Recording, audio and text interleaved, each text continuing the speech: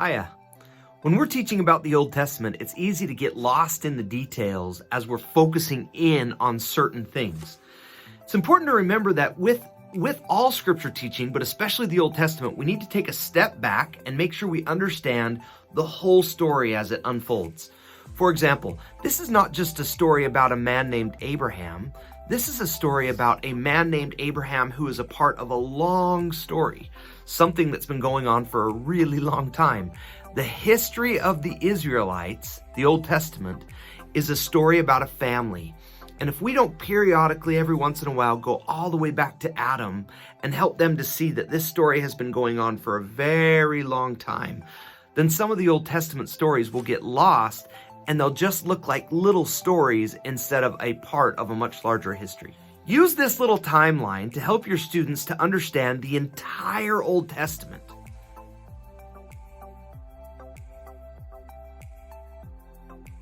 This first icon represents Adam and Eve.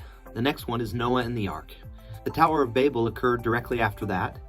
A new character comes on the scene shortly after. His name is Abraham.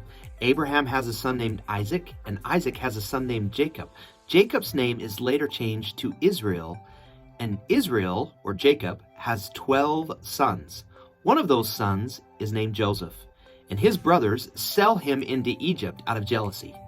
Over time, Joseph becomes very prosperous in Egypt and helps his family move to Egypt. You can see that one 12 is bigger than the other 12. By the time Israel's family has moved to Egypt, there are 70 of them, which is just the concern of the Egyptians. They feel like they're becoming too big, and over hundreds of years, the Egyptians begin to put them into bondage.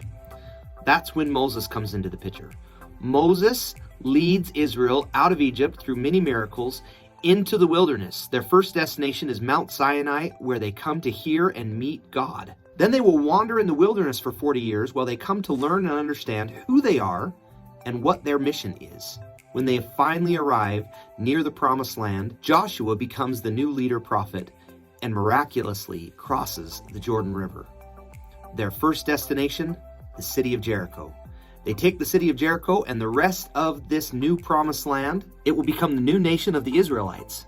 They choose first to be led by judges and then choose to have kings.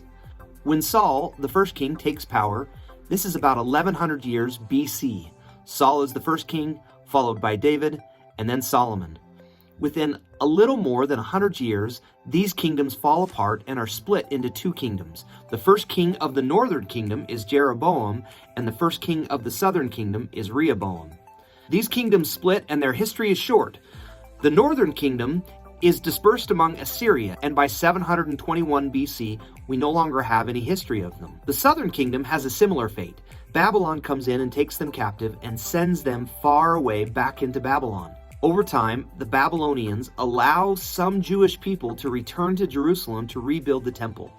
That's the story of Zechariah, Ezra, and Nehemiah. 400 years later, Jesus comes on the scene when Rome is now the conquering empire. That's the story of the Old Testament. One way you could use this timeline is to pass out the little handouts, the little small parts of the story, and ask your students to tell the entire Old Testament story in 1 minute to a partner, and then switch off and have the partner do the same thing.